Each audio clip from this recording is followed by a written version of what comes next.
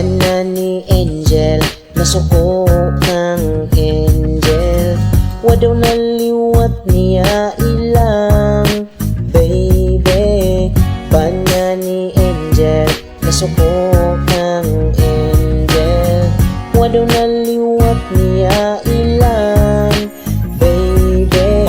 Isagsigin sa mo aksyon gayud ug duda, kaya nga naklabihan mang yung putia. Ang mamalagom-lagom may pagkamurina, apa ng papalabihan man tanga ituma.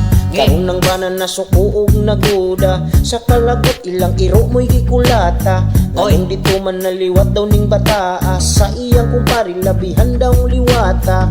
Bana ni Angel, nasuko